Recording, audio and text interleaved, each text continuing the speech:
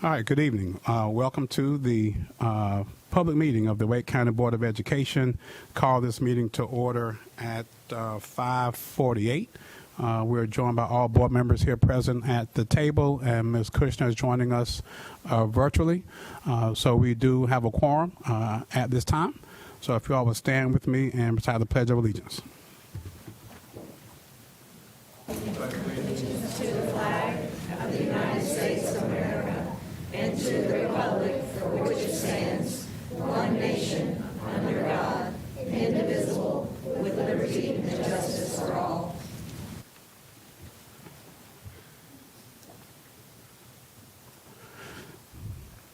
So thank you for that. And I want to say welcome to everyone that is joining us both virtually and here in person. It's good to see a room with people again and not just sort of talking to microphones and empty seats. So thank you all for joining us today.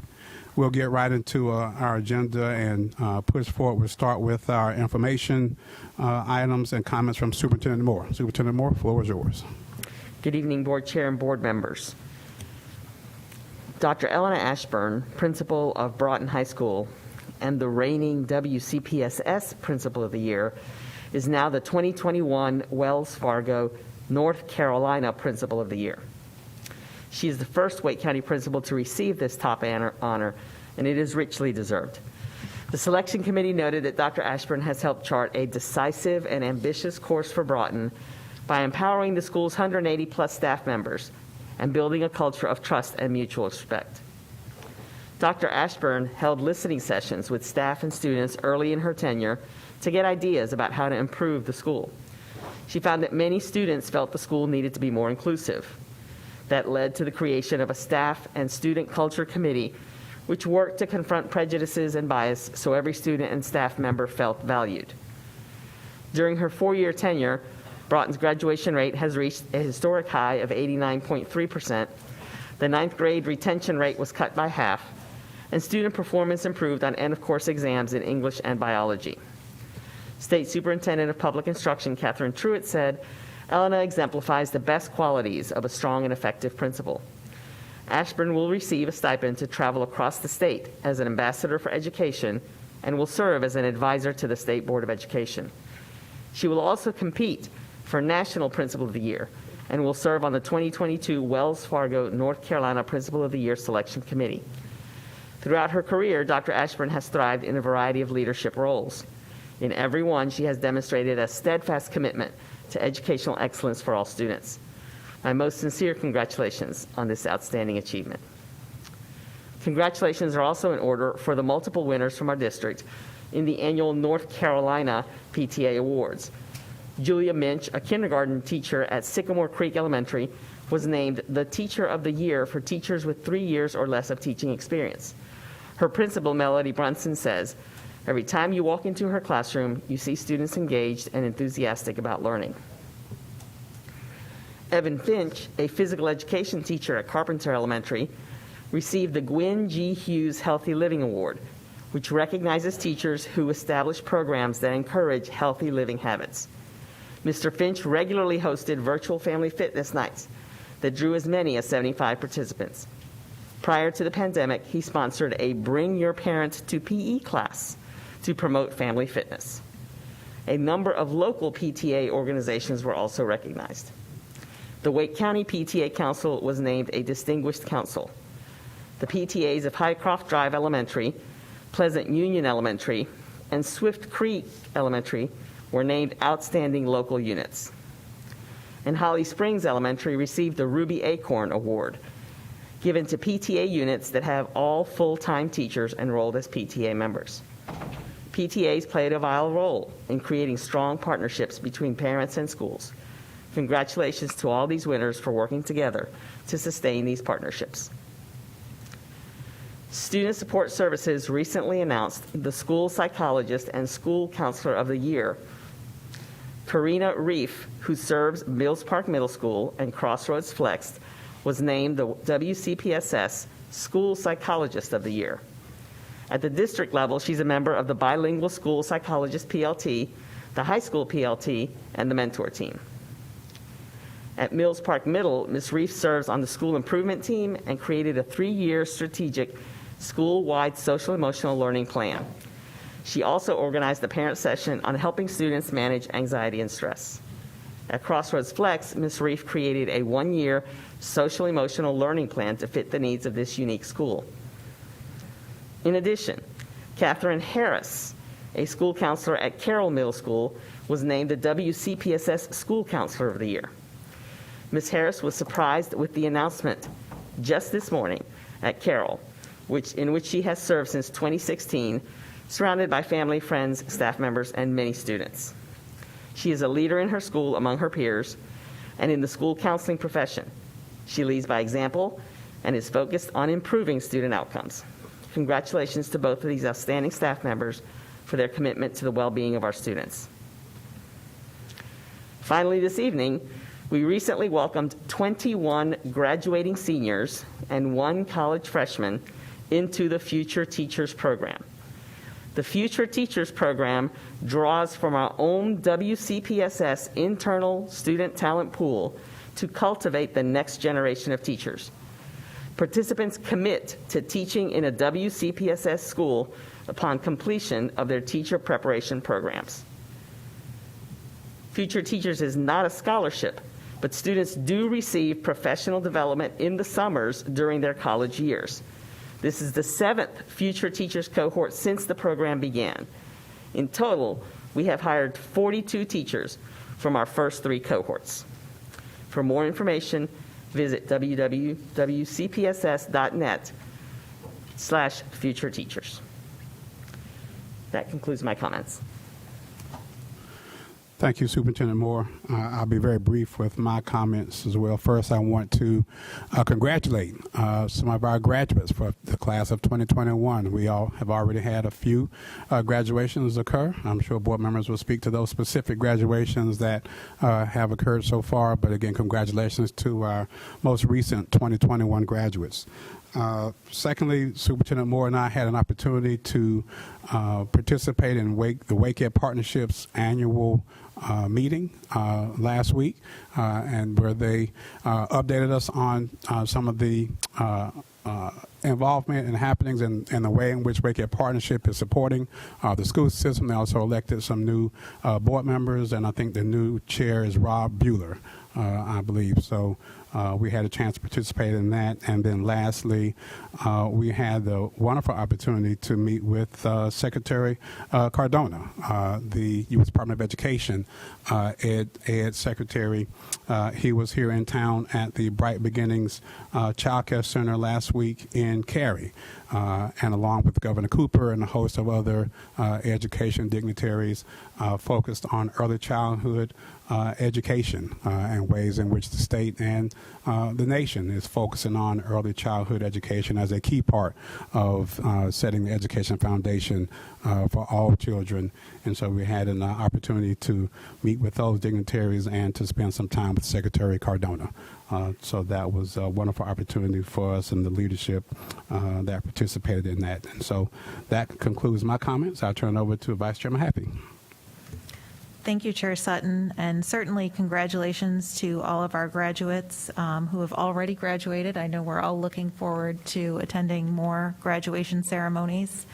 Ms. Carter and I were able to see the Future Teachers signing ceremony, and it was amazing to see these students in a room signing, having a commitment not only to come back and teach in the district in which they were raised, but also knowing, after graduating college that they would have a job in hand, which I don't know that they understood the enormity of that piece. I think the parents really understood that part, but a huge shout out, not only to our students that will be returning as teachers, but to our human resources team that really made it special for them and recognizing and acknowledging the commitment that these students were making.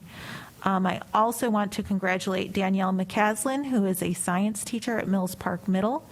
She was named one of 6 finalists to North Carolina's 2021 Presidential Awards for excellence in mathematics and science teaching. And before we have our next board meeting, we're going to have a lot of fifth graders and eighth graders moving up to the next level, and certainly want to congratulate them for finishing elementary school and middle school. It's not a huge graduation ceremony with caps and gowns and pomps and circumstance, but certainly a marking of time and their time in our district, and just wishing them well as they move on to the next phase in their schooling. Thank you, Vice Chairman Haffey. Dr. Martin. Thank you. Since our last meeting, we had a Board Advisory Council meeting, and I'd like to thank David Nieder, Mark Winters, and Terry Kimsey for coming to talk about the budget. It was a very useful discussion to update folks. As few of you have noted, we have had graduations already, 4 of them in my district, so enjoyed celebrating the graduation with the Wake Young Women's Leadership Academy, Wake Young Men's Leadership Academy, Vernon Malone College and Career Academy, and the Wake STEM Academy. Ms. Carter joined me at Vernon Malone and Wake STEM, and I think we both reflected, particularly at Vernon Malone, how important it was to see the diversity of fields that the kids were going into, from traditional four-year colleges to Wake Tech to the workforce. We had one gentleman who, had it not been for COVID, likely would have gone to win national welding competitions. But we've got some amazing welders coming out of Vernon Malone College and Career Academy. So tassels turned. I won't say hats off to those folks, but the future is bright for our graduates, and we'll look forward to more graduations coming.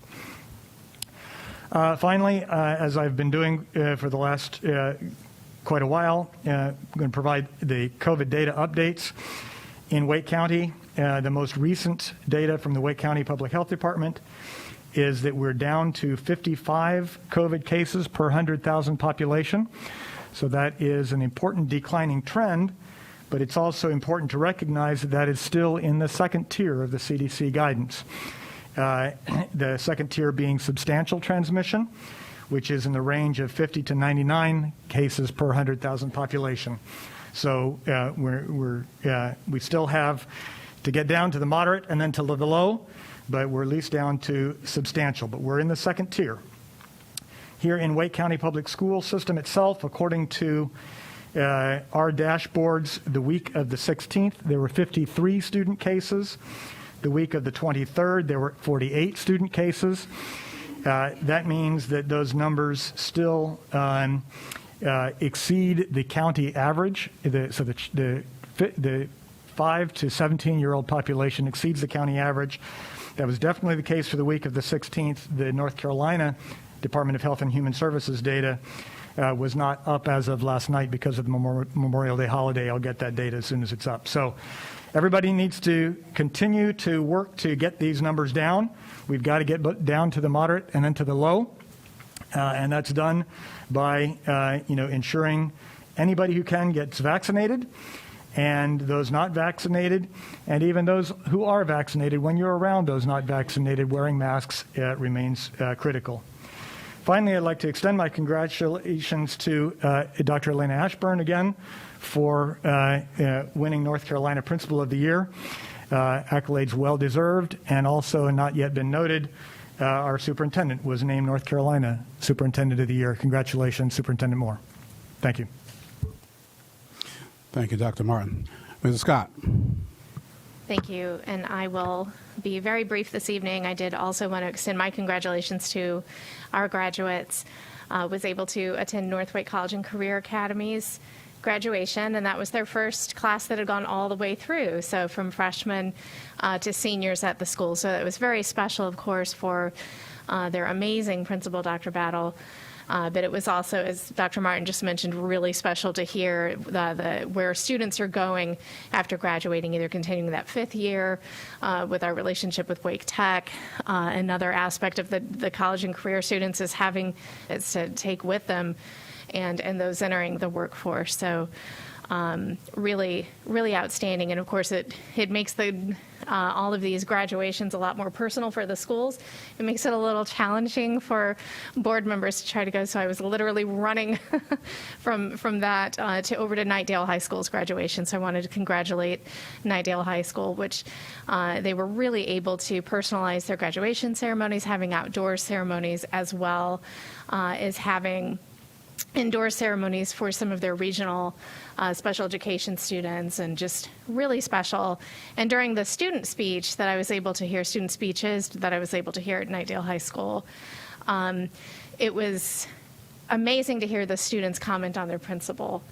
As you know, Mr. Richardson was one of the top 10 finalists for our Principal of the Year here in Wake County Public School System, and and you could tell why. He has not been there that long, but he's made such an impression on the students so far. And the last thing I'll share is I did have the opportunity to tour Hodge Road, which is not a District 1 elementary, but just an amazing school.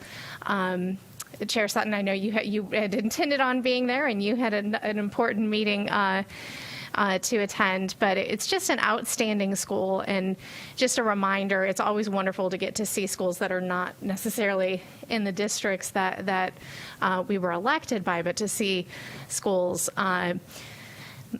just phenomenal school, just yet another great school. And those conclude my comments this evening. Thank you. Thank you, Mrs. Scott. Before I leave this side of the table, Mrs. Kushner, are you with us? Oh, good evening. Thank you, Chair Sutton. I am here, and I appreciate the opportunity to be virtual so I can attend and be with family.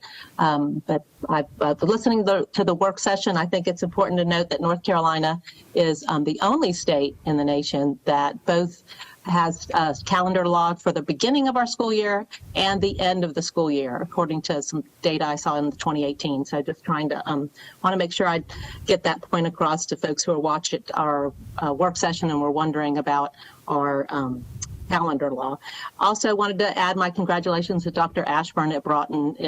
As folks have said, very well deserved. Congratulations to her. And also want to express my gratitude to our commissioners, Chair Sutton and Mr. Nieder and Superintendent Moore gave a great presentation with the Wake County Commissioners at their budget session, and I have deep gratitude for the commissioners and their support of our budget request. So with that, thanks for letting me be virtual this evening. Thank you, Mrs. Kushner. Ms. Johnson-Hosmer. Thank you, Chair Sutton. I will start by saying, again, it was indeed a pleasure to be in attendance as we acknowledged Dr. Ashburn for a well-deserved accolades. And thank you to Lori Rutherford and her team in HR who executed a flawless event that got us out of the parking lot almost before the bell rang, and just enough time to acknowledge the wonderful work of Dr. Ashburn. I'd be remiss if I didn't note she did this all with 3 children, one very small, adorable that Roxy Cash and I kept making Googling eyes at. So again, many of you know she started out in District 2, and I consider the folks who were my inaugural principals in 2013 taught me all the ropes. And so very fortunate to say I got to know her very well, and absolutely can't think of anyone in this stage to really represent, especially after hearing her students talk about the phenomenal principal and leader she is. So congratulations again to Dr. Ashburn and the entire Broughton community and family who supports and make all of our principals great. It's truly, she acknowledged the work is truly that, not just of hers, but her entire Broughton community. Thank you to Mark Winters, Terry Kimsey, and as always, Marlo Gaddis for getting me through our last BAC of this school year. Again, our topic was the budget, and we couldn't do this without the technology support. So again, thank you, Ms. Gaddis. I think you have been the staff at all of my BACs, so thank you very much. I appreciate that. Also, very sad and disappointed that my calendar had a little snafu, that I didn't get to go to Future Teachers. I follow several of our first inaugural teachers that are back in the district and continue to be in complete awe of the work they're doing. And 2 of them actually were new Teachers of the Year at their schools. And so not just are we bringing folks back into the community that they were educated in, but watching them excel has truly been amazing. So I can't wait to see what's next for our next cohort. And then lastly, June June is Pride Month, and generally, I'm not sure, I think Mr. Haggerty usually brings this up, but just reminding the community that there's a wonderful project called the Trevor Project that's really supportive of the community, and so hopefully people will know that that's a resource as we acknowledge, as we come out of Mental Health Month and into Pride Month, acknowledging the true connection between those issues, and hopefully we'll continue to support all of our students in Wake County Public Schools. That ends my comments, Chair Sutton. Thank you, Ms. Johnson-Hostler. Mrs. Cash. Yeah, thank you, Chair Sutton. We did have a good time at the event for Dr. Ashburn, and it's amazing to see a woman with such poise and leadership with 3 very small children and a wonderful husband beside her, and it was a great event. It was well done. I also do thank our commissioners for supporting our budget. I appreciate our relationship with them and our collaboration, so I will continue to hope that we can build on that for a long time to come. I have not been to any graduations, but I'm looking forward to some graduations coming up, and it's bittersweet. The seniors this year and the seniors last year have not been really able to enjoy all the things that seniors normally do, but I praise them for their resilience, and I'm looking forward to seeing them have a big day. Thank you. Thank you, Mrs. Cash. Mr. Haggerty. Thank you, Mr. Chairman. A couple folks stole my thunder on a couple of these, but I'll just add my congratulations both to Miss Minch at Sycamore Creek, kindergarten teacher who's one of the North Carolina PTA New Teachers of the Year, and to Coach Finch at Carpenter Elementary, who won the award for establishing programs that encourage healthy lives. Both are great teachers at great schools, and it's great to see that recognition. I had a work conflict on the signing day, but I was able to separately meet with a couple of participants in the Future Teachers program right now, currently enrolled at NC State. And it was great to hear from them, kind of what they're doing, the training they're getting, and their excitement for coming back to school in Wake County, back to their schools, and a lot of the ideas that they hope to bring in. So it was great to meet a lot of them face to face. Again, Ms. Cash and Ms. Kushner, I support their accolades for the county commissioners. It really was great to go into a budget meeting to hear the support for public education and how many wonderful, strong comments we got back from our commissioners supporting the needs that we have in the county. Particularly knowing the budget realities that we face, it was really great to see the collaborative relationship we have with all of the commissioners. And finally, just to heap more praise on praise, and I'll end it, we also concluded our BAC, the last BAC of the year. We want to thank Glenn Carroza and Jackie Ellis for attending. We talked about the opening of the new Barton Pond School coming up not this fall, but but coming up in the future fall. We talked about year-round schools and also tried to give folks an understanding of the reassignment process and all of the different things that go into it. We had over 100 folks and took a lot of questions, and it was a great meeting, and it would not have been possible without Miss Marlo Gaddis, who once again has helped us transform all of these in-person meetings to virtual meetings. And in District 7, literally, this has been hundreds of people, sometimes hundreds at an individual meeting. And we could not have gotten through it without her help and her staff. So thank you very much for that. Thank you, Mr. Haggerty. Mrs. Carter. Thank you. All right. I would try to keep it brief here, but I've done quite a bit. So I'm trying to hit on a little bit because I did want to kind of highlight some of the events, particularly the virtual Cary High School's spring musical Bright Star. I was able to attend that, and it was just outstanding.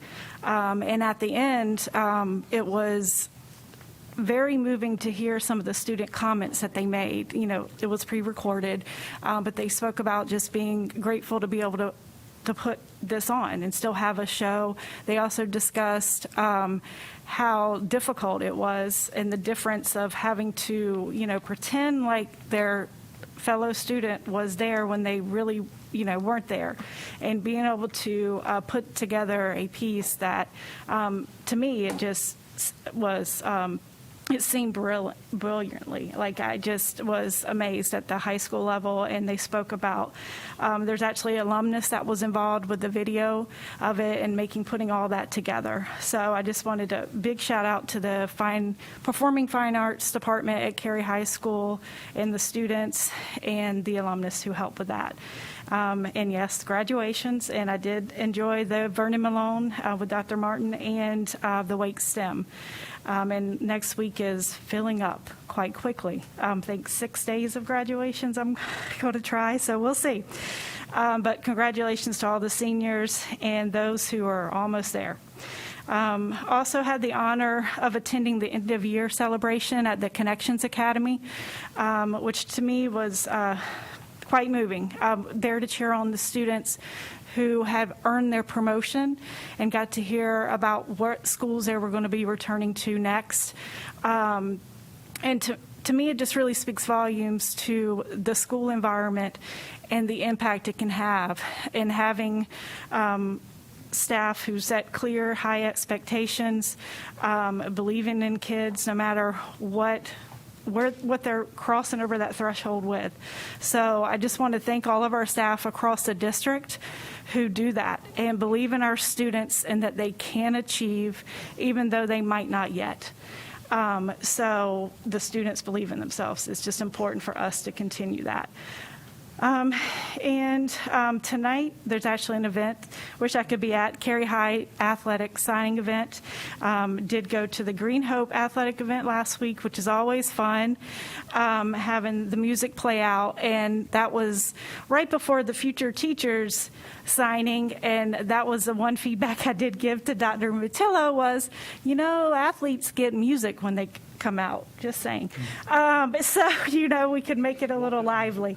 Oh, yes. Walking music. The students get to choose their own music when they come out, and it kind of gives that spotlight on that student and what they've done. So, but all of those events were great. And just a quick reminder that tomorrow night at 7:30, I'll be having another D9 Connection virtual meeting for anyone wanting to attend. Thank you. Thank you, Mrs. Carter. That concludes comments from the board and superintendent. So at this time, if I can entertain a motion to approve tonight's meeting agenda as published. Chair Sutton, I'll make a motion to approve tonight's meeting agenda.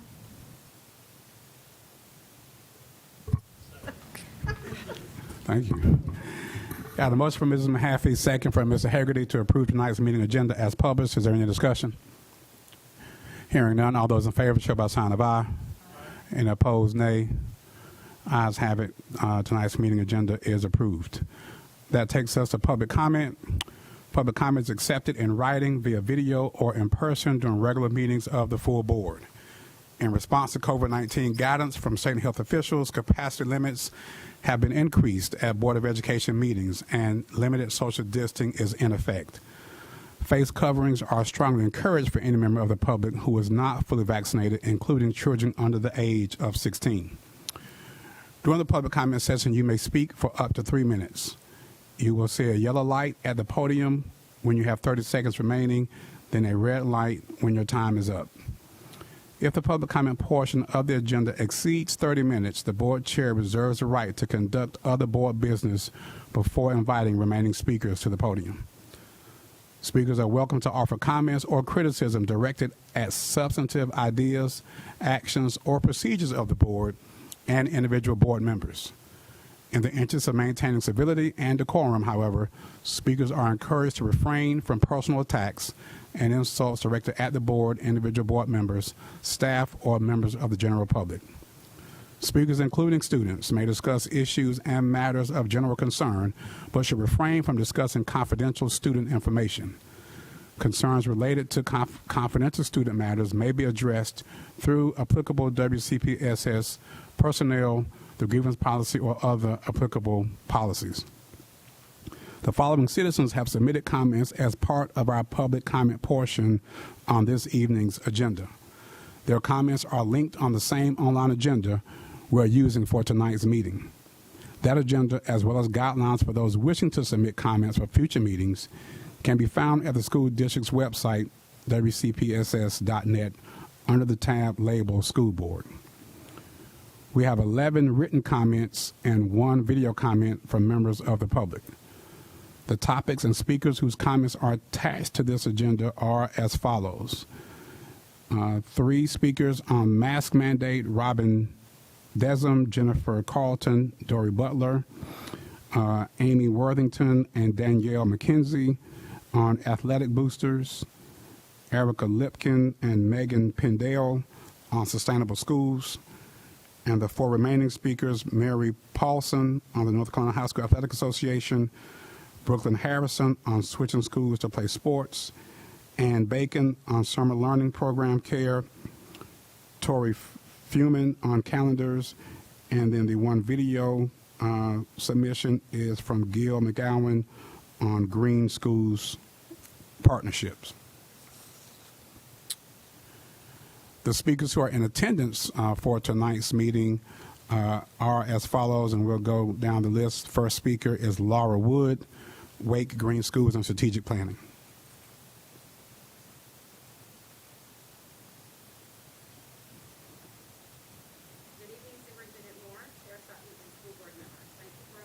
Opportunity to speak to you tonight. My name is Laura Wood, and I'm the Environmental Connections Integration Specialist at Lincoln Heights Environmental Connections Magnet Elementary School, and I was part of the amazing team that worked on our district submission for the U.S. Department of Education Green Ribbon Award. I am also a member of the Wake Green Schools Partnership Committee. Our committee consists of teachers, administrators, environmental educators of North Carolina members, local and statewide organizations such as Wake County Soil and Water, Every Trade Counts, the North Carolina Department of Environmental Quality, Water Resources Research Institute, and more. At our Wake Green Schools kickoff event in March 2020, we had the pleasure of having Mr. Hegarty and Ms. Kushner attend, along with over 120 WCPSS teachers and administrators, to learn more about green and sustainable measures across the county. Currently, there are great green initiatives happening in some schools in WCPSS, from traditional school gardens at Willow Spring Elementary to rooftop gardens at Southeast Raleigh Elementary. We have stormwater runoff reduction measures such as cisterns at Kingswood Magnet Elementary to a newly installed rain garden at Ballantyne Elementary. We have beehives and birdhouses, wildlife trails, and outdoor classrooms. Working with Every Tray Counts, WCPSS has made the commitment to compostable trays, and several schools like Abbott's Creek and Millbrook Elementary are composting them along with food waste. Across the district, we work with Wake County Solid Waste for Feed the Bin recycling collections. Athens Drive Magnet High School has our first solar array, hopefully with more coming soon. New and remodeled schools have water bottle fillers and interior lights on motion sensors to save energy. 4 schools have been recognized as U.S. Department of Education Green Ribbon Schools, and 1 as a North Carolina Green School of Excellence. Mrs. Cash attended Abbott's Creek's recognition as a Wake County Soil and Water Conservation District Watershed Stewardship School, which is one of 5 schools with this distinction in the county. I'm extremely proud of all of the green and sustainable initiatives and education happening in WCPSS, but I'm here tonight to continue the conversation of how WCPSS can keep moving forward in all of our green and sustainable measures across the county, in all schools, across all 12 municipalities. We are asking to have these green and sustainable measures included in the next strategic plan, and we want to collaborate with you to make that happen. We want to see more implementation of these impactful projects across all of our schools. We believe it is essential that WCPSS hire a sustainability coordinator, someone to facilitate collaboration and coordination among maintenance and operations, child nutrition services, facilities, construction and planning, schools, and grants. There are funds to support these initiatives through Wake County Solid Waste Reduction Grants, NCDEQ grants, regional EPA grants, and more. As one of the largest districts in the nation with numerous accolades in so many areas, we can continue to be a leader in how our school system plans and implements sustainability and how we grow students that are environmentally literate stewards for the future. We have submitted video for the comments and email you. Thank you so much, and we look forward to working on the strategic plan. Thank you, Mrs. Wood. Amy Marshall.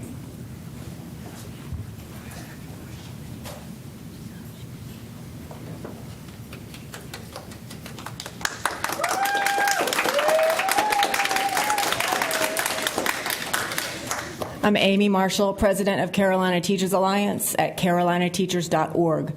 We are North Carolina's alternative to the NCAE. I'm here tonight as a parent of 3 Wake students, and on behalf of our Carolina Teachers Alliance school staff and parent members within Wake County, to urge you to lift the mask mandate for children immediately. We represent the teachers in North Carolina who are not fearful of maskless children. We place children above ourselves, unlike the NCAE, who seem to be operating out of an irrational and unfounded fear that they will get COVID from one of their students. The NCAE's fear-mongering narrative persuaded you to keep schools closed longer than anyone else, and now they've persuaded you to keep kids in masks long after teachers have been vaccinated. Why should the children wear masks if the teachers can get vaccines? Last week, current Wake Superintendent Kathy Moore lifted the mask mandate for adult school staff in WCPSS, but did not lift that mask mandate for children.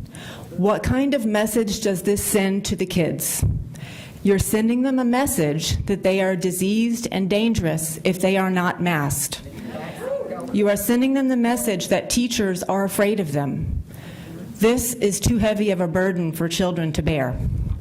Many states have lifted all mask mandates, including for children in school. North Carolina and Wake Public Schools is the outlier here, lagging behind. You were lagging on school opening, and now you're lagging on the mask issue. Superintendent Moore and board members, you have the power to lift the child mask mandate in this district. If you do not lift the child mask mandate, children will suffer needlessly. Your mask mandate is harmful to children and must stop. Kids have been shown in study after study that they are not the drivers of spread. Masks are harmful to the mental and physical health of children. Yes. COVID-19 infection fatality rates do not warrant keeping kids in masks. If 15,000 PNC hockey fans, including kids, can be unmasked, then so can Wake kids. Unmask our children, let them breathe. Thank you.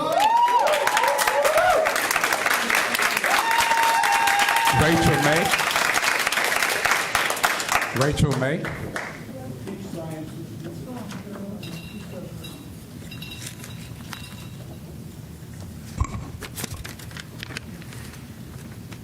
Hi, my name is Rachel. I'm in the 3rd grade. My sister is in the 5th grade. How are you going to get us caught up with school and not summer school? We should not have to wear masks. Our ears hurt. It's hard to breathe and hard to hear my teacher. Please stop pushing masks on us. Have you sat at your desk all day with the mask on? Ms. Kushner, please stop asking for us to wear them. Please listen to us. If it is okay for her, it is okay for us.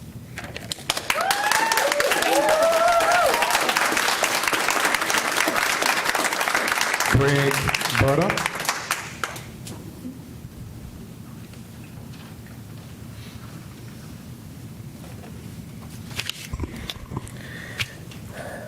Respected school board members, last month I told you how the oppressive restrictions centered around masking and social distancing had driven our family to consider throwing in the towel on in-person learning this year. While we're sticking with it through the end of this year, we're changing course next year and beyond and leaving public education. The anti-science, heavy-handed policies have harmed our children, and we're taking control back from you. You've completely lost our trust. If you will not follow the viral and social science in this, what prevents you from doing it all again when a bad flu season comes our way? The answer, of course, is nothing at all. After all, the latest worst flu season was 2 to 4 times more deadlier for children than COVID.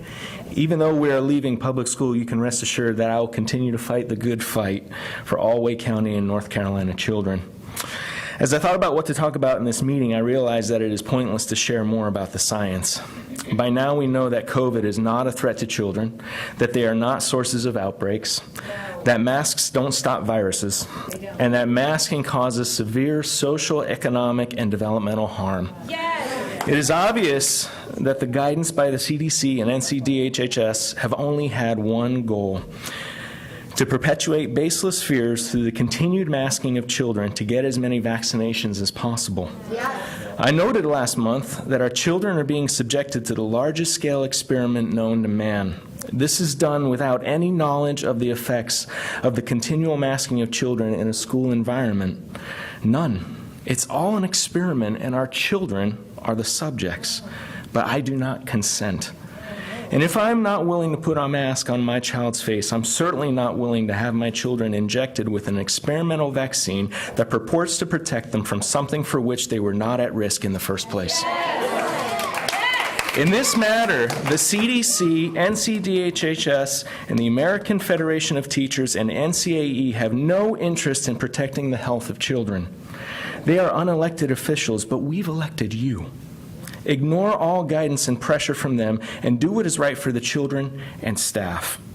Look around at North Carolina right now. By and large, it is open and unrestricted, including for our children. My children can go to the trampoline park, as they did this weekend, with tens of other children without a mask and not catch or spread COVID. My children could go to church with hundreds of other children without a mask and not catch or spread COVID. My children can go to a Carolina Hurricanes game with thousands of other children without a mask and not catch or spread COVID. Considering this, North Carolina public schools look foolish. End the mask requirement for students and staff today.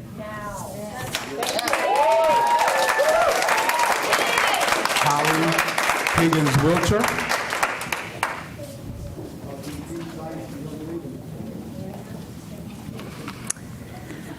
Good evening. I'm Dr. Holly Higgins-Wiltshire. It's really wonderful to be here with you again. I'm the parent of an 8-year-old rising third grader in the Wake County school system. I'm speaking again today to urge you to do your part to ensure that our schools are returned to normal as soon as possible. It is time to follow the data and the science to support our children's well-being. The virus mitigation guidelines passed down by Wake County are unnecessarily harming our children. These decisions are not being made basis on solid scientific data. We must ask ourselves where the data exists that show the critical risk analysis needed to make appropriate recommendations for our children. That is why it is essential for each person to be the ultimate authority of what is best for their health and their children's health. In no way should anyone else have the final say on how we care for our bodies or what interventions we adhere to. And when it comes to children, parents are always the best suited to make decisions for their children. And it is a school's job to support those decisions. I urge you to reflect on the multifaceted damage that we are inflicting on our children and to move our school district forward by putting children first.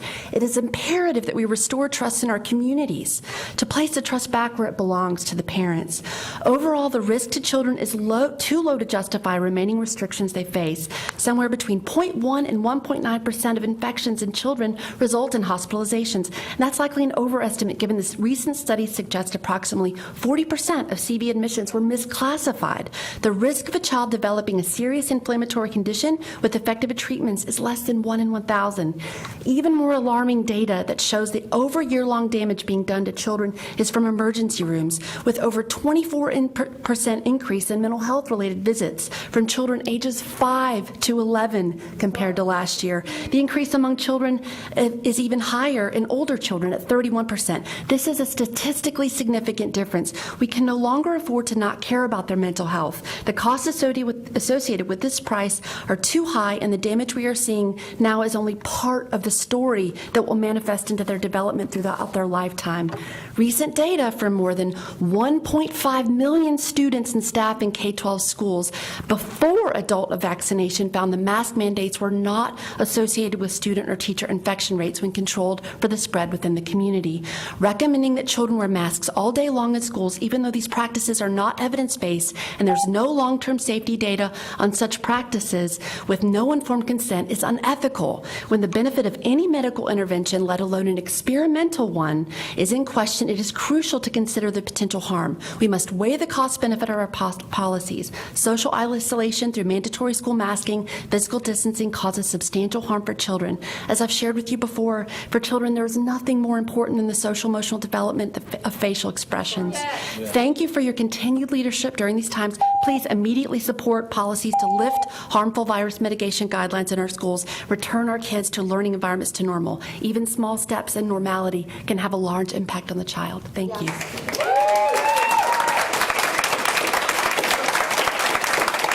Tracy Taylor. Tracy Taylor. Go, Tracy. Woo-hoo, Dr. Taylor.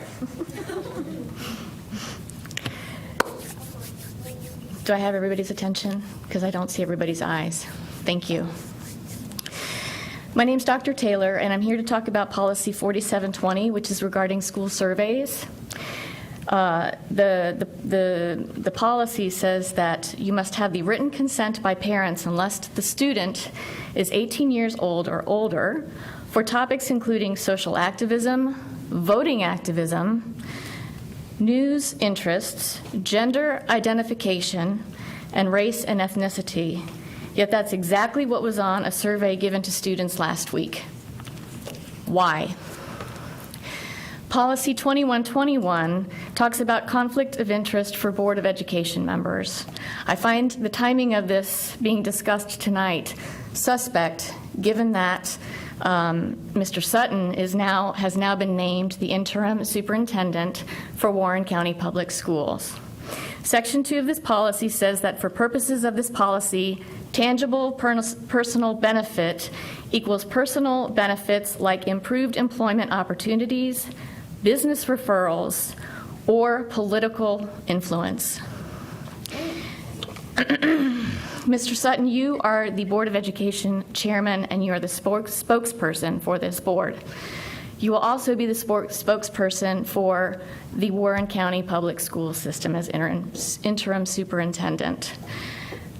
You will be privy to confidential information, and that, I think, might lead to some bias. In my opinion, you must step down as board chairman at the very least to avoid the appearance of conflict of interest. This is akin to my saying, I'm going to take this position, but I don't know if I'm going to really like it or not, so I'm going to work at my other position too, just to be sure. How could you possibly serve both at 100% capacity? You can't. Wake County Public Schools aren't fully opened now, and that should be every single board member's goal. Yes. Why are we focusing on surveys when the primary function of schools is to educate our students? Dr. Martin has spoken for years regarding how students have lack of critical thinking skills when they get to college. Why do we expect students to have critical thinking skills when our own school board members wait for guidance versus asking key questions? For example, did you know that the CDC recommends that students wear masks? It is not a requirement. Yet that is what Secretary Mandy Cohen requires for NC students. But 74% of the North Carolina population as of today has immunity, whether it's acquired naturally or through the vaccine. 6.4 times more cases occur in the 18 to 64-year-old population than in the 2 to 17-year-old population. Why isn't Wake County Public Schools including the incidence rate at Wake County Public Schools, which is 10 to 40 times lower than in North Carolina? Yep. Do your job or step down so others can lead. Stop listening to the NCAE and listen to the parents.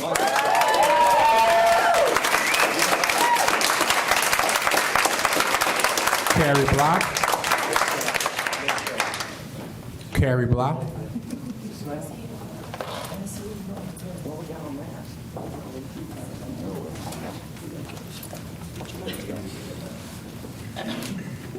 You might actually be happy to see me. This might be the only time. We're always happy. I know you are.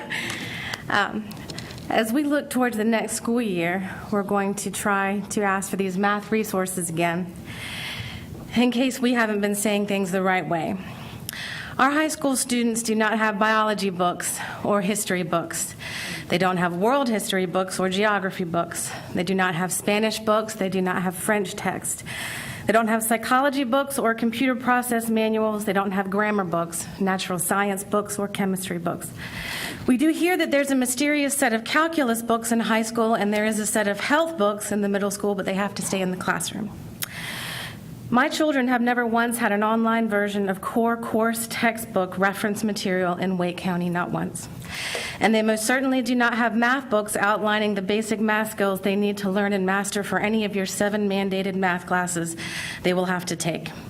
Our teachers are amazing, but they cannot do this all by themselves. We understand that the world is changing. My time here with you over the last 2 years prompted me to go back to college and finish my degree. And quite frankly, I wanted to see what it looked like in these college and career-ready trenches I've heard so much about. This has given me a great deal of perspective in such a very short time, and it might be too soon to tell, but it doesn't look like things have changed too dramatically in 25 years. As a college student today, I have access to a course textbook. I can even purchase a digital version of that if I'd prefer. I have a course outline, professor lectures to take notes on, and supplemental content videos if I need it. And all the learning goals and subject matter is outlined for me from day one. I have some measure of control over how fast I can move or how slow I need to move. But the main takeaway here is that I have it. I have the options in my learning environment, and I can clearly see what I'm responsible for learning, and that is the dignity and the definition of college ready that we should be providing to the students of Wake County, especially our high school students. Pete and I are not teachers by profession, so we take a lay person's viewpoint. If my child can't read a book to me, then they can't read. If they cannot multiply or divide fractions, then they have a math problem. If they still don't understand how to multiply or divide fractions by high school, then that's a serious problem. And at that point, we have a reasonable obligation as parents to understand why those gaps are happening. And we've listened to you tell us how math is not taught the way when we were young, how standards have changed, the sequencing changed. You're promoting critical thinking, and if I hear rigor, I'm going to lose it. We can clearly see your idealized version of what you want math instruction to look like. What we need to see from you is that you fully comprehend what is taking place in your real live math classrooms. Because this is the most important question. This is probably the most important question. How have you been measuring student success in your secondary math classrooms? Because we don't see any ongoing evaluations of these new task-based curriculums, not in any meaningful way. This should be a relatively easy answer. I'll have Pete pick up. Pete Rock.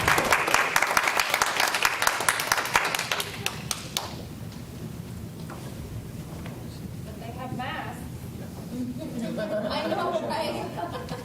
No textbooks. No textbooks, but they have math. Good to see you all again.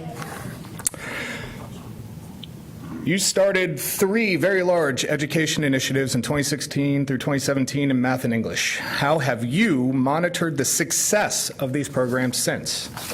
We've made some very logical inquiries to you on this topic, questions that we think might actually bring forth real data to help you gain some clarity and help our kids help and adequate learning resources. We would like you to consider these once more. Remedial math classes. If the major goal of getting students college and career ready is to make sure that students can graduate at Wake County High School and enter college without having to take remedial math courses, then we have asked you to look at and report on how you are remediating students that are already in your own public school system. So, have you looked at your history in your own remedial math classes in Wake County? Is the enrollment rising? Is it falling? Are kids improving their grades the second time around? Are they doing the same? Are they doing worse? Math tutors. Have you asked your WCPSS parents if they are forced to pay for outside math tutoring to supplement the lack of learning comprehension in your secondary math classes? Because you could have one school with high math scores and one school with low math scores. Wouldn't it be nice to know if the higher performing school had a student population that went to Mathnasium twice a week?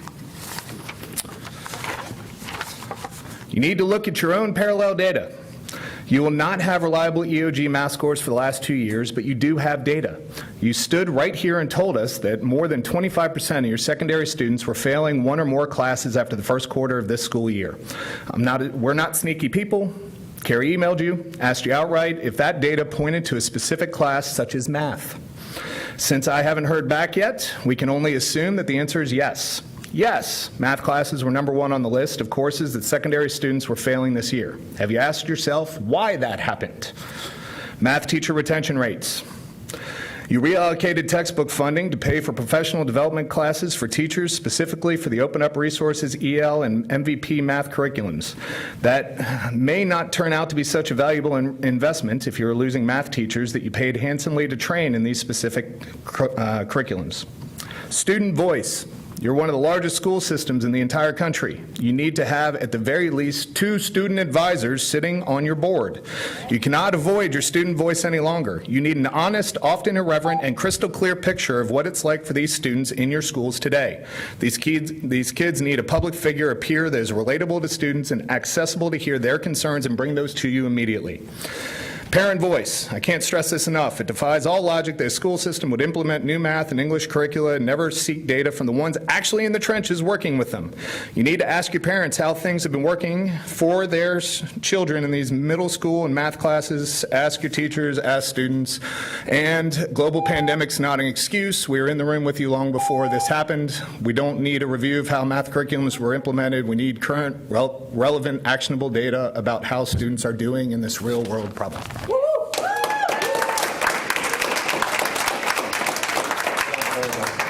Ella Chase.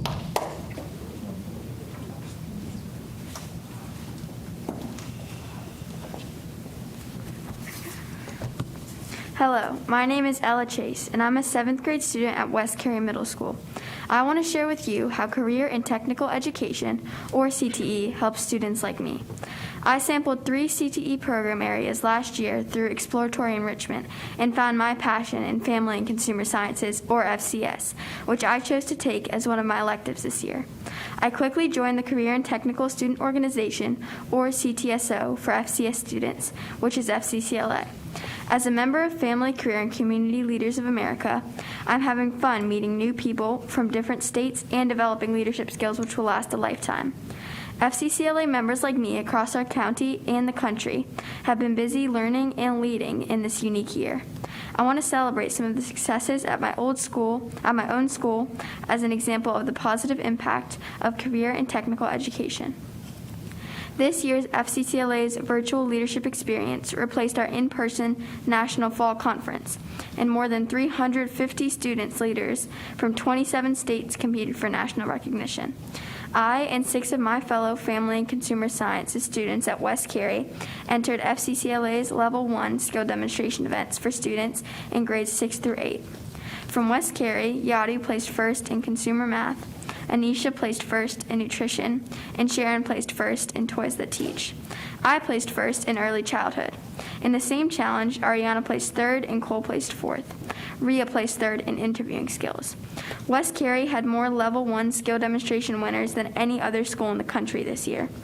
We are also proud that 7th grader Suryevi won 3rd place in FCCLA's financial literacy poster contest. She was awarded a $1,000 prize from Wells Fargo.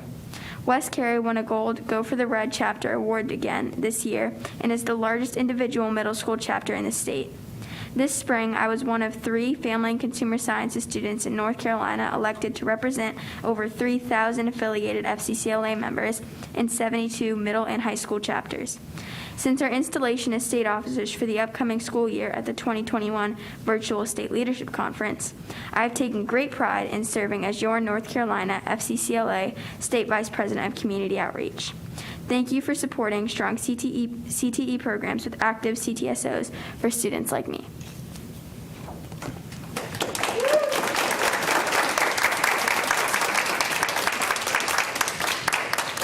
Rachel Askew.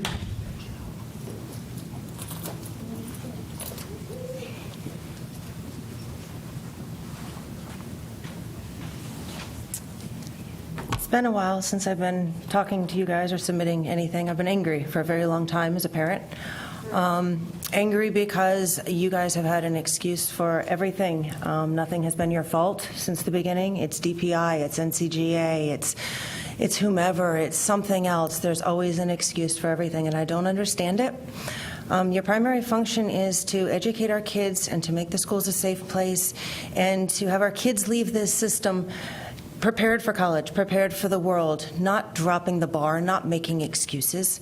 Yes. We've talked to you guys, we've submitted questions, we've submitted ideas. You ask for ideas, we do it, you ignore them.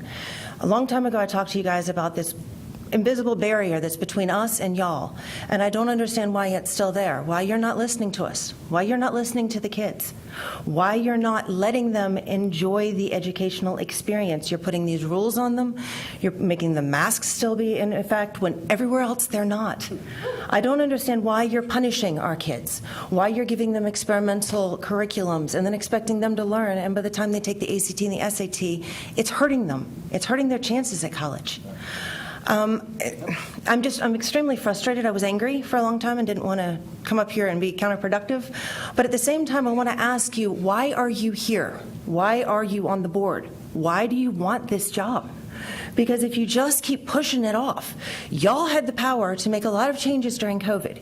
You passed it to the super. The super passed it to the schools. The school administrators passed it to the classrooms.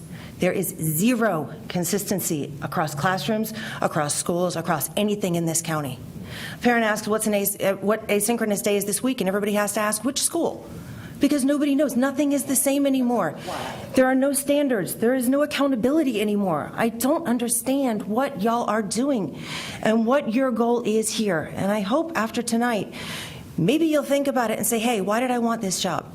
And why is education important? And what do I need to do to make sure that these kids are prepared and that these kids are ready? So that when they leave our school system, everybody will say, yeah, that kid came out of Wake County Public Schools. We're proud of them. Not all this, oh my God, these seniors are starting to graduate in December, to get the heck out. I can't tell you how many times I've heard that. We just want out. There is no low birth rate in Wake County. People are leaving in mass exodus. They're disappointed. They're frustrated. They're tired. They want more. We only have so much time with our children. Our time is ticking. You can stay on this board as long as you want, but these kids only have so many years. I've done everything I could. I've cut everything possible to get tutored for my kid. She's still struggling, and the school is not supporting her, and no one is helping her. What else do I do other than yank her? I contacted a private school today and begged them. I said, I can't pay you, but I need to know about your scholarship information, because my daughter deserves better. My daughter deserves a chance, and she deserves to be able to go to college and be prepared for it. And that's y'all's job. Make sure they're prepared.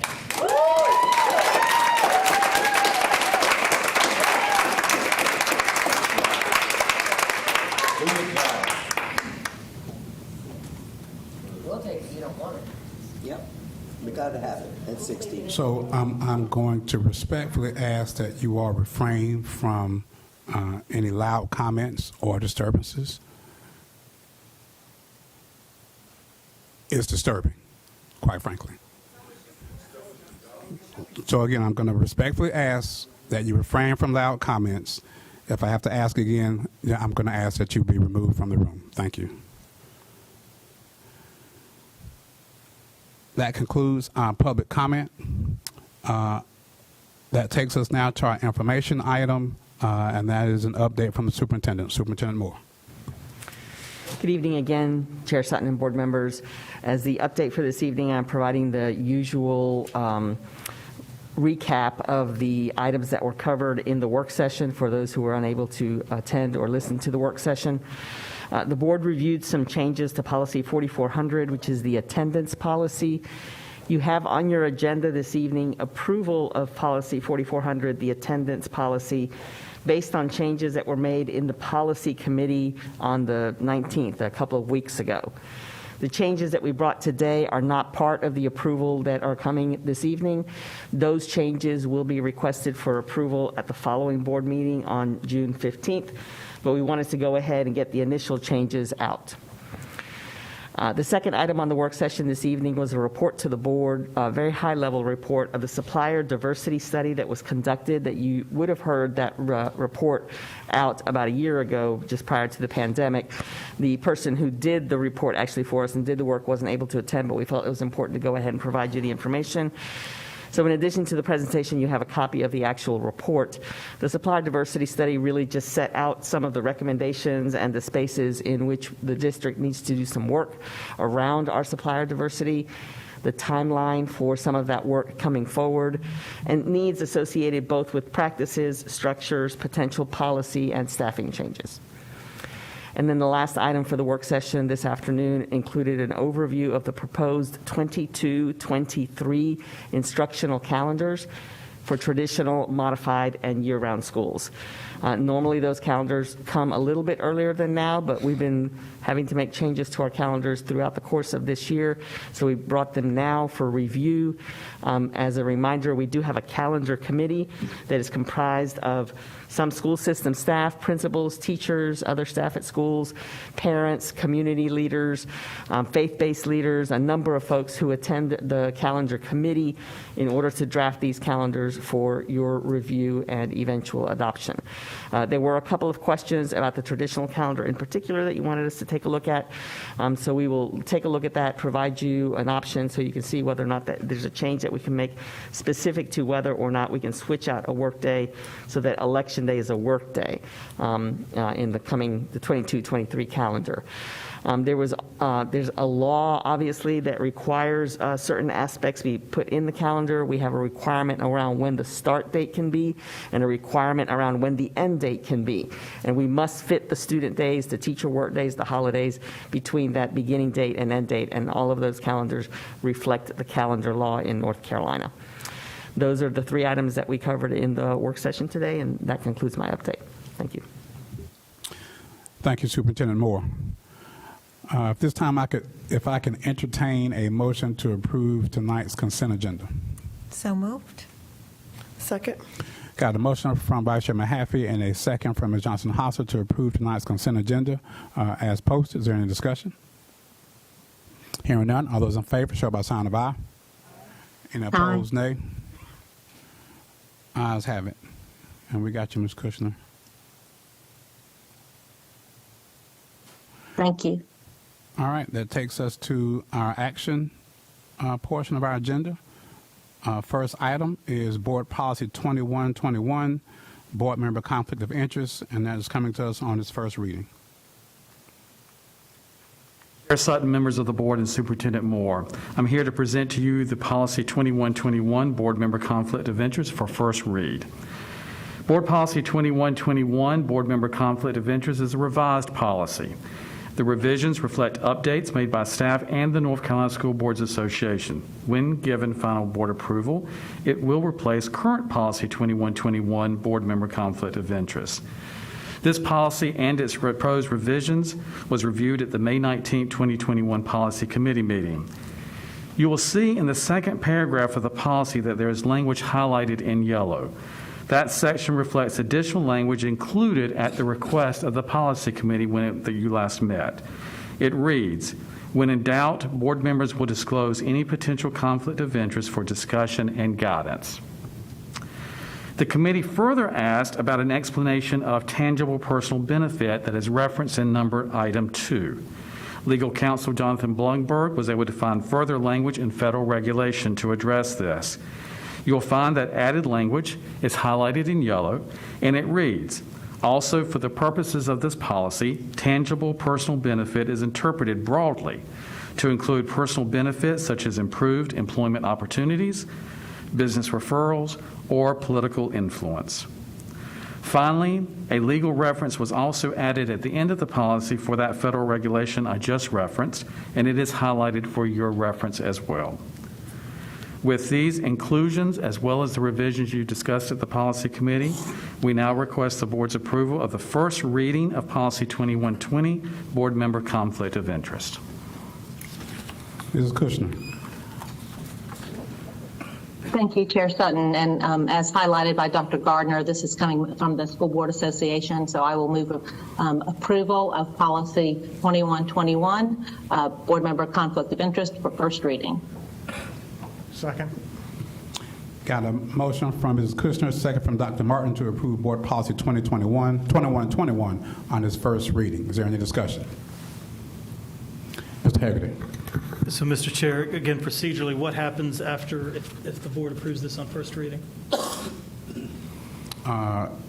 If there are any changes or anything that needs to be made, that gives us an opportunity to do that. If not, it will appear on the June 15th agenda for second reading and final approval. As a consent item. Thank you. I do want to raise one concern that I brought up during the the policy committee meeting, which did have to deal with some of the definitions. And I do see and I appreciate the language that was added that for purposes of this policy further defining tangible personal benefit. When we reviewed it, though, my question wasn't so much on tangible personal benefit, but the language in the preceding paragraph that says, excuse me, I'll quote it back. It's actually 2 paragraphs up. It refers to a board member or family members has a financial or other interest in or receives a tangible personal benefit. And the question was, what is that other interest? And so, that was some of the further definition I'd hope to see here. If it's something that it's a matter of either striking other or explain that other is tangible personal benefit. I just want to make sure we don't have something that's identified as a conflict of interest that we don't define. Absolutely. I'll turn to Mr. Blumberg. Would you like to make a comment?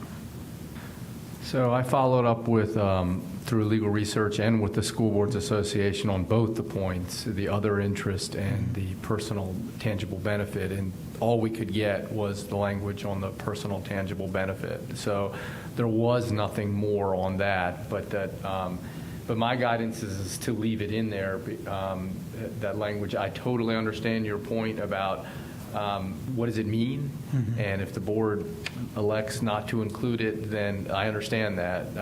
But it is the language recommended by the School Boards Association and does closely track applicable law, so I'm inclined to leave it in. And I think that the language that's added as well, and this was some good feedback from board members as well, was when in doubt, board members should disclose any potential conflict of interest for discussion and guidance. And so that leaves broad language, but also guides the board to know when in doubt, make sure that you get guidance and sort of report it out.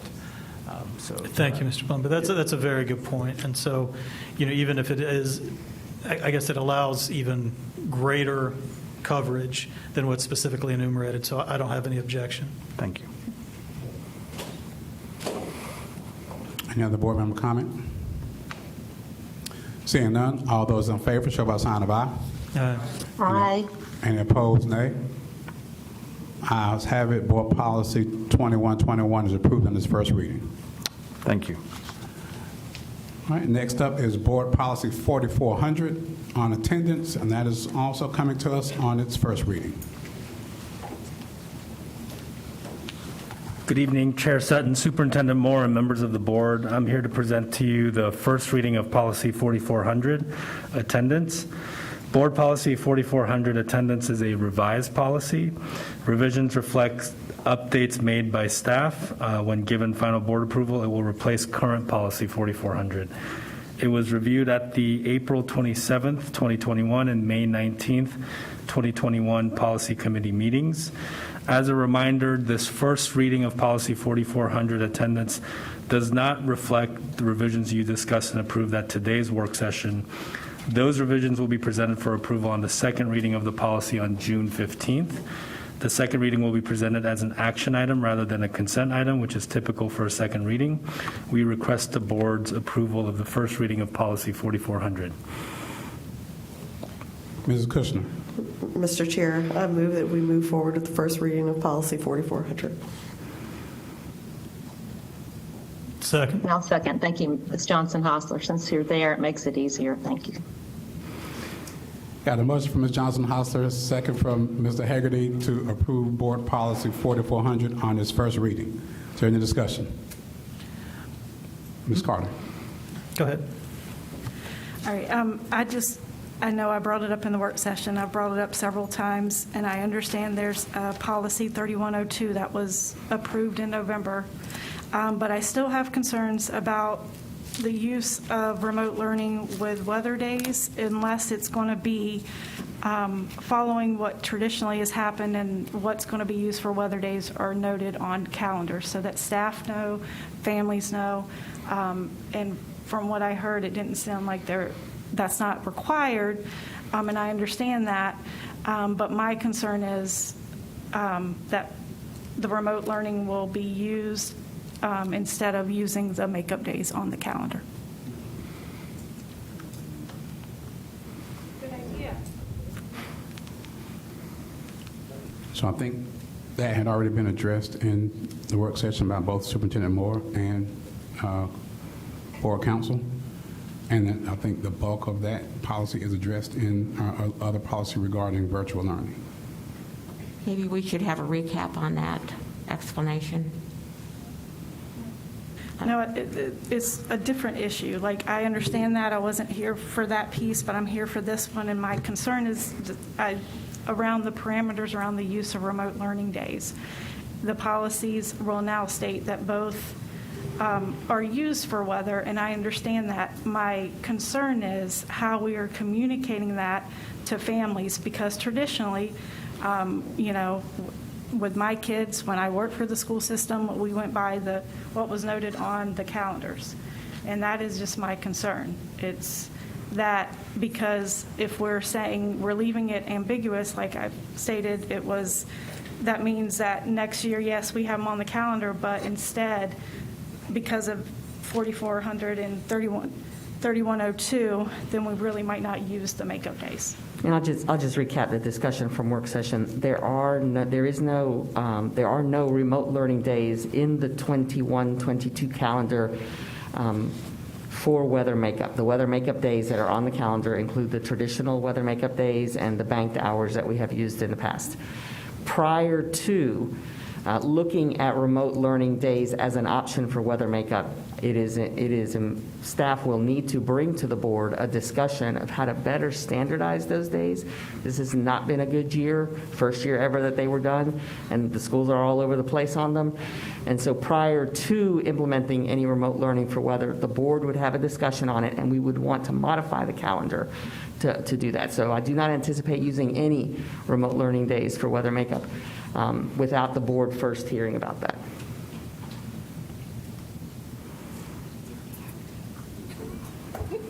Mr. Hegarty. Thank you, Mr. Chair. So at our work session, again, Mr. Coe, you did hear there were some questions about other situations that come up that might well be justified but don't fall within the categories that we have specifically set out right now. Yeah. And so even though we are, I seconded the motion to go ahead and approve the policy for first reading, to go ahead and work on it. I talked with Mr. Blumberg and with Dr. Crane, and I think Ms. Cash and I, maybe some others, might have some specific feedback to try to capture some of those very similar but not specifically enumerated situations just for your consideration before it comes back on second reading. Absolutely. And I recall that conversation as like looking at the numbers of excused absences and making sure that we're capturing the typical circumstances that we see that parents are going to have to use to make sure that they're able to pick up their kid for, unplanned reasons. That's right. Thank you. So you okay? All right. Dr. Martin. Thank you. Just to clarify, in terms of the use of the remote or virtual days for emergency weather or whatnot, for the record, I just want to note that we had a lot of input from the community prior to COVID requesting that we adopt that ability to have remote learning days instead of the traditional school closures. So I don't think we're ready to say this should always happen or that should always happen. I concur with Superintendent Moore's statement that we need to set some guidelines. But, we're coming through COVID, and I think people are, there's some angst that it's going to be overused. But I just want to, for the record, make it clear that prior to COVID, we had substantial input across the district saying that you ought to develop a strategy to be able to do that. So I just think that's important to put in the mix of this conversation. We clearly need guidelines. Mrs. Cash. Yeah, I wasn't good. It might have been pre-COVID that we talked about that, but I think during COVID we found a lot of bumps in the road that. So to have it in here is a little concerning because we haven't had the discussion about the parameters around remote learning because not everybody's getting the same thing. So I'm not sure how we vote for this and we don't have the parameters around it. I guess I took it as we're going to have students in the virtual space next year. So this then also looks at that virtual space and how the attendance policy is applied to that. And just to clarify, there are parameters and guidelines. They are just not able to be consistently implemented in a manner where anyone knows what to expect within a school necessarily, because the guidelines are written as asynchronous or remote learning day could be synchronous or asynchronous. And so it leaves people hanging with understanding what it is. And I think those are the things that we have to clarify and fix to determine if we even want to use them.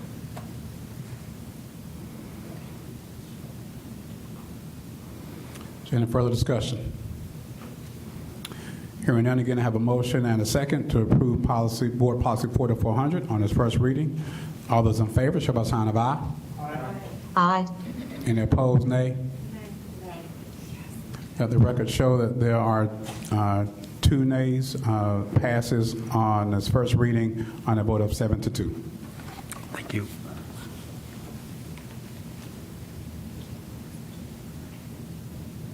Next up is Board Policy 5015 on school volunteers, and that also is coming to us on first reading.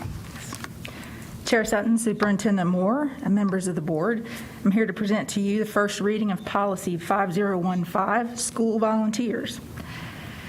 Board Policy 5015, School Volunteers, is a revised policy. Revisions reflect updates made by staff.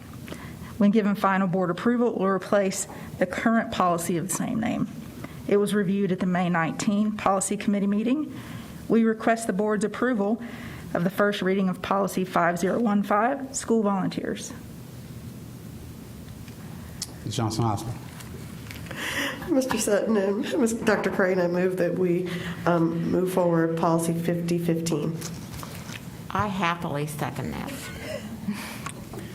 Got a motion and a second to approve Board Policy 5015, School Volunteers, on its first reading. Is there any discussion? Hearing none, all those in favor, show by sign of aye. Any opposed, nay? Ayes have it. Board Policy 5015 is approved on its first reading. Next up, similar Board Policy 5020 on visitors to the schools, also coming to us on first reading. Dr. Frank. Chair Sutton, Superintendent Moore, members of the board, I'm also here to present to you first reading of Policy 5020, Visitors to the Schools. 5020, Visitors to the Schools, is a revised policy. Revisions reflect updates made by staff. When given final board approval, it will replace current policy of the same name. It was reviewed at the May 19th Policy Committee meeting. We request the board's approval of the first reading of Policy 5020, Visitors to the Schools. Ms. Johnson-Osler. Chair Sutton, I move that we approve on first reading Policy 5020. Second. Got a motion from Ms. Johnson-Hostler, second from Mrs. Carter to approve Board Policy 5020 on its first reading. Is there any discussion? Hearing none, all those in favor show by sign of aye. Aye. Any opposed, nay? Ayes have it. Board Policy 5020 is approved on its first reading. Thank you. Thank you, Dr. Crane. Next up, we have one item from Human Resources, contract for on-loan agreement with the Central Carolina RESA to support the Central Carolina Teacher Initiative. Dr. Matillo. Good evening. Good evening, Chair Sutton, members of the board, Superintendent Moore. I'm here to present the contract amendment for on-loan positions for our CC RESA. The original contract included up to 3 on-loan positions that support the Central Carolina Initiative, or CCTI. CC RESA reimburses the district for salary and benefits of up to 3 positions, so there is no cost to the district. We currently have 2 on-loan positions, and this is the final renewal year of this contract.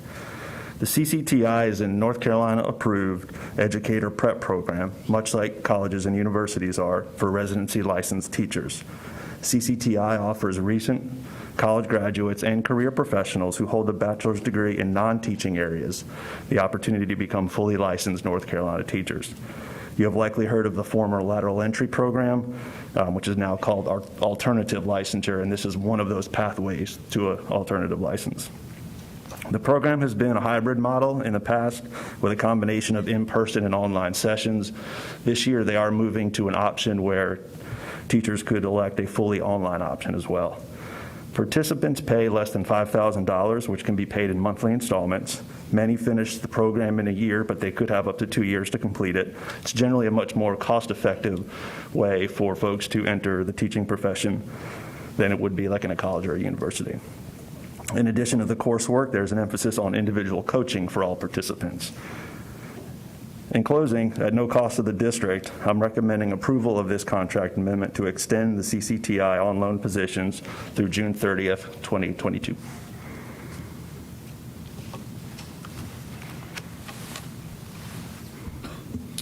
If I can entertain a motion to approve staff's request for an amended contract for the on-loan agreement with Carolina RESA for CCTI. I make a motion. Second. Got a motion from Mrs. Cash, second from Mr. Hegarty to approve the contract or staff's request for amendment to the contract for on-loan agreement with the Central Carolina RESA for the CCTI initiative. Is there any discussion? Dr. Martin. Yeah, Dr. Mitchell, could you give us any kind of a summary in terms of the number of teachers that have come through that program? And are we tracking the success of the teachers to that alternative licensure over other programs? Yeah, sure. So the CC RESA is a sort of combination of districts in the area. So among all the districts, we have about 50 to 60 every year. Wake County has an average of 15, 16 or so teachers participate in that program.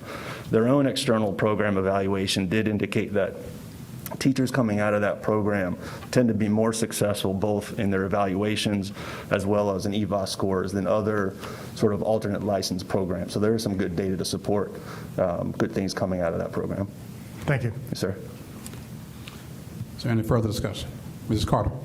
I just have a question. So there's no cost to the district, but it says that the positions are funded through the receipts collected by the CCR, or however you say that, sorry, by the member school districts. So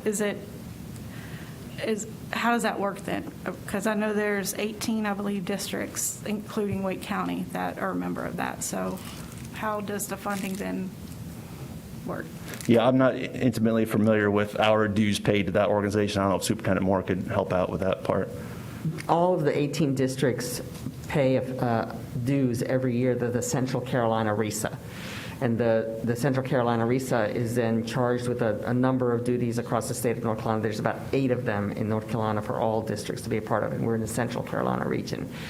And then from the receipts of those dues, they do professional development, they do a series of other workshops for folks, and they manage the CCTI program as an alternative licensure program that they have to be approved to offer. And so the teachers now pay the portion to participate in the CCTI, so that's taken care of that way. But the cost of the people to support the programs, though 2 of those are our positions, but they support people in more than just our district. So that's why the RESA reimburses us for the cost of those positions. Thank you. All right, is there any further discussion? Hearing or seeing none, all those in favor of the motion, show by sign of aye. Aye. Any opposed, nay. Ayes have it. The staff's request for the contract for the RESA CCTI is approved.